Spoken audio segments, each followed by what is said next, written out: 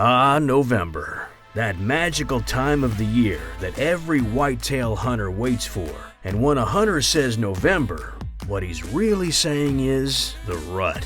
When the wonderful whitetail rut rolls around, you can bet money that Mike Marsteller is waiting in a hawk tree stand for a mature buck to make the mistake of crossing his path. Just like last year at this time, we find Mike and his better half Christine at the Weldon compound in Missouri after killing his first buck of the season in his home state of Indiana. Sorry for the tease, but more on that in a later episode. I killed Lucky on November the 4th. Took us about a day to get everything lined out there, and we loaded the truck and we headed for Missouri. Got to Chuck's, drove all night. I think we got 2 a.m. 2 a.m. Mike's first morning at Chuck's would be one of those mornings where you're hunting, but you're more or less just getting your feet wet. Yes, you would love to shoot a big whitetail if the opportunity presents itself, but you also don't want to shoot the first thing you see. And right now, walking right to his hawk stand is one of those bucks that makes a hunter think long and hard about what to do next. Kind of a non-typical deer with a cluster and a drop tine off of one side. Had my bow in my hand, circled the stand.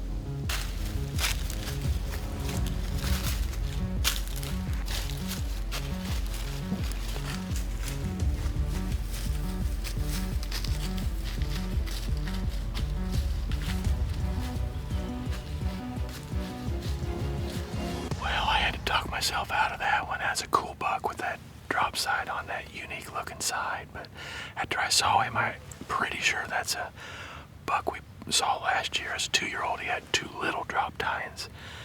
So I think he's just 3. Deer will be a giant someday. I'll be thanking myself when that day comes. Now, you would think, after having 2 up-and-comer bucks walk within range of your APA on your first sit in the stand, you'd assume that there'd be plenty of more opportunities to come. Well, sometimes you hit the nail on the head, and other times you hit your finger. After 3 painstaking days in Missouri without having any shooters spotted with the Nikons, Mike is starting to think he came to Chuck's a week too early and missed the start of the rut. That would continue to be the case until his last day at the Weldon farm. While overlooking a field on his last morning, one of Mike's hit listers would decide to show up.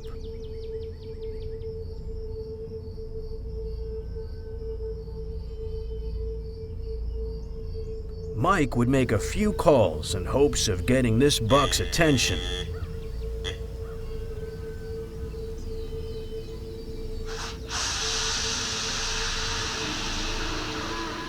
But with not even so much as a head turn, this buck would be too occupied with the other bucks in the field approaching his doe to care about Mike's call, leaving Mike with nothing to do but watch from his stand. First time to sit this part of Chuck's farm. That's a big mature deer that came out there. I'm not sure if that's the deer he calls Oscar or not, but obviously a mature deer. Came out locked down with a doe. Well, I was hoping that she would walk this way, but she didn't. She went the other way. I went ahead and made a few calls, but I knew it was futile. After a slow week in Kansas, and with no luck in Mike's home state of Indiana, Mike heads back to the Weldon compound in Missouri for another week. Hopefully, this time with a better outcome than his last visit. I headed back to Missouri in December. Christine was out of vacation time, so I took my sister Jody with me. But before I left, Christine told me that she wasn't going to wait for me to get back to go hunting. I was mad because he was leaving again in prime time. And I said, you better put something on my crossbow because I am hunting without you.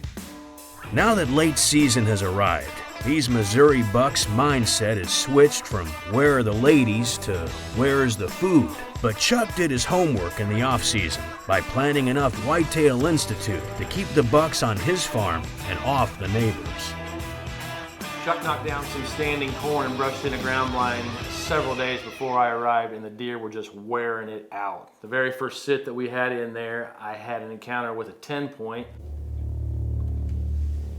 Once again, on Mike's first day in Missouri, a nice buck would come in range of his APA bow. And once again, Mike would be left scratching his head on whether or not to shoot a buck on the first day or wait and see what the rest of the week will bring.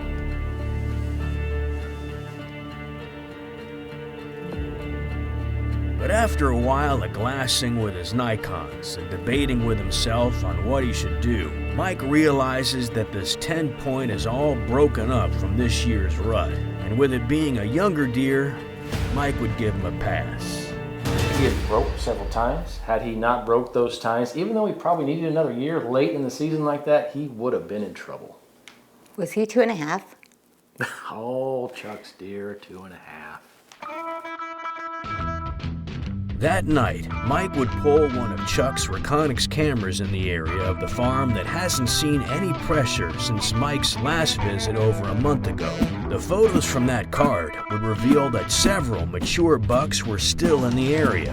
Sometimes you just gotta change your luck. I just can't seem to get it done. Sometimes a switch up's what it takes.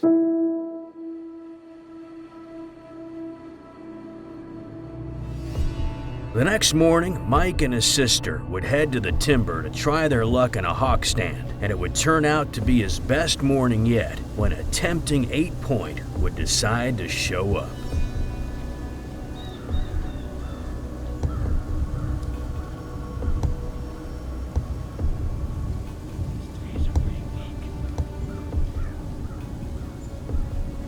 That's a pretty cool buck. Giant G2s. But that deer was young. He might have only been 2.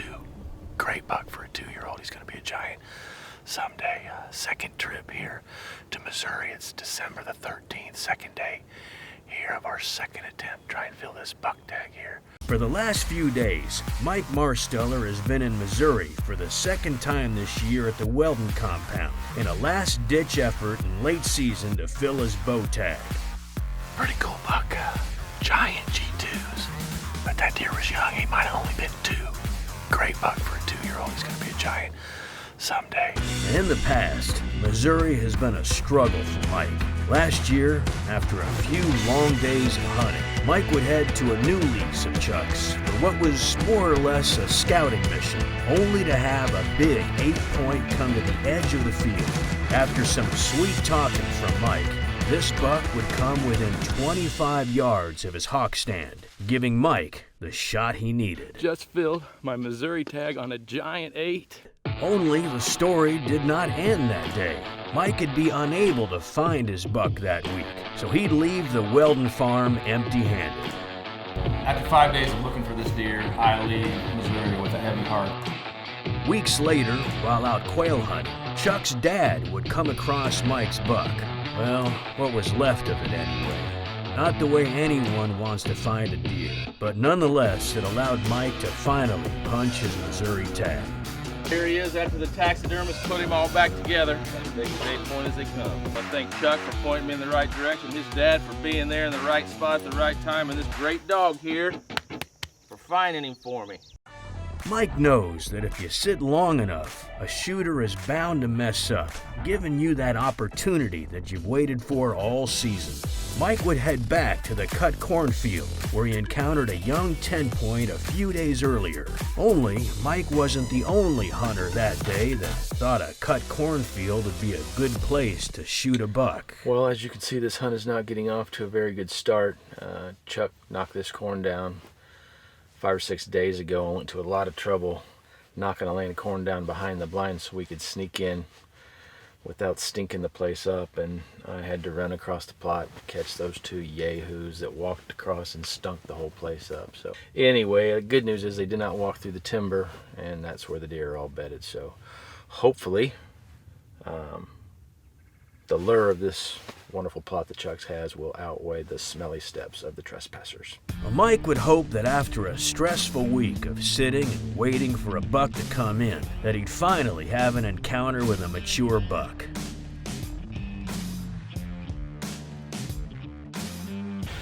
Good looking 10-point there, real heavy buck. Short time, just not old enough.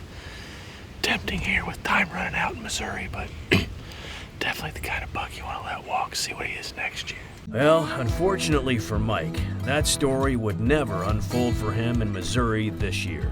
However, that doesn't mean that Mike didn't have his week in Missouri end with some good news.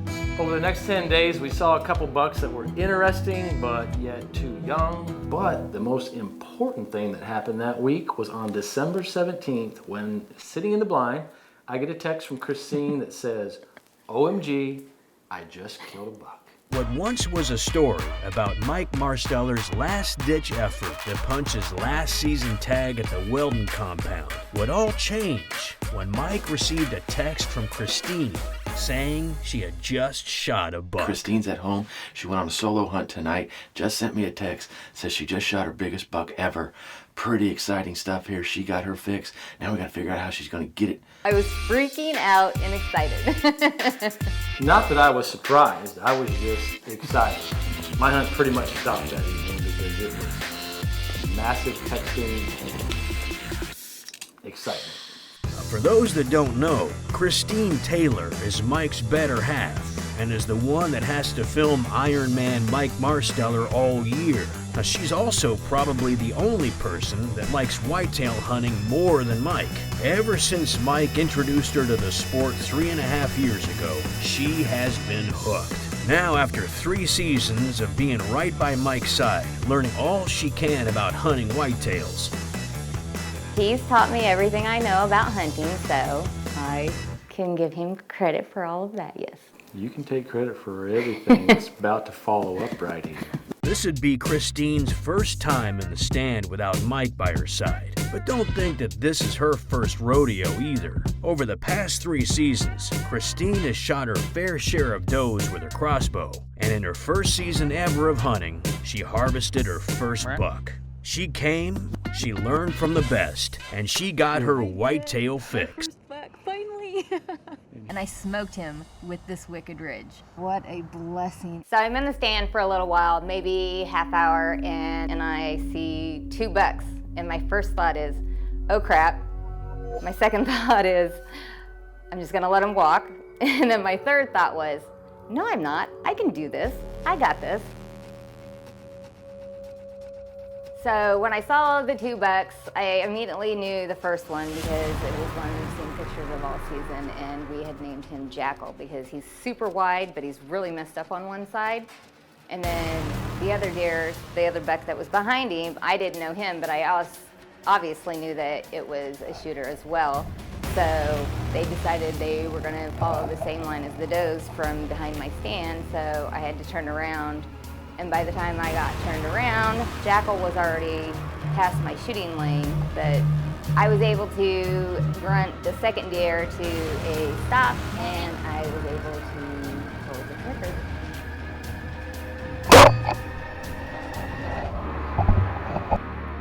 I realized that my shot was a little back, so I texted Mike, of course, because I'm excited, and he told me to just get out of the stand and go home and send him the footage. Kicks it out right there, so it went in and hit something solid. And if it had been full on gut, it'd blow straight through it. Yeah. So it went in and hit something solid, kicked it back out. I mean, I'd say liver, or at least. Christina sent us the footage from the buck that she shot at home in Indiana here tonight, so we're kind of checking that out, trying to decide how much time we need to give. Definitely to give him some time, trying to decide whether to give him, you know, middle of the night, all night, next morning, what. But she's got an arrow and a good one, so I hate it that I wasn't home to be there in the tree with her, but I'm excited for her. She hasn't killed in a couple of years, so she's on cloud 9. Got her fixed. She's got to have one of them sleepless nights. Yeah. All hate. Yeah. The next morning, Christine would call in for reinforcements. Christine called none other than local Hoosiers Jesse Fullwider and John Day to help her find her buck and get it home. That day, the world could have ended, and Christine would still have a smile on her face. Well, Mike might not have had the best of luck in Missouri, but none of that matters when the one you love back home just got her fix. Good job, baby. Thanks. And Mike was in Missouri. He was. I wasn't there to see it. Darn it. Did you kill a deer in Missouri? No, I did not.